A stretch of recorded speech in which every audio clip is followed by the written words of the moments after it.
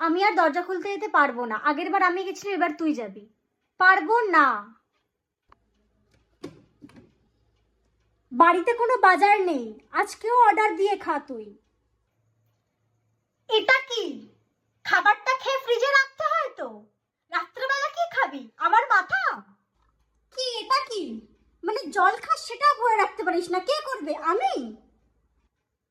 আমি একটা দিন বাড়ি ছিলাম না, এটা তুই কি করেছিস? স্নান না করে করে পারফিউম গুলো শেষ কর।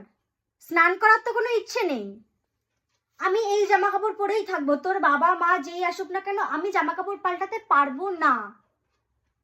কতবার বলেছি এই টাওয়ালটা আমার, এই টাওয়ালটা তোর, এই টাওয়ালটা ভেজা কেন? উফ, আমি আর পাচ্ছি না। এই শোন, তোর মাকে বলবি পরের মাস থেকে হাতে গুনে আমায় স্যালারি দিতে। বেবি সিটিং করতে করতে আমি পাগল হয়ে যাব।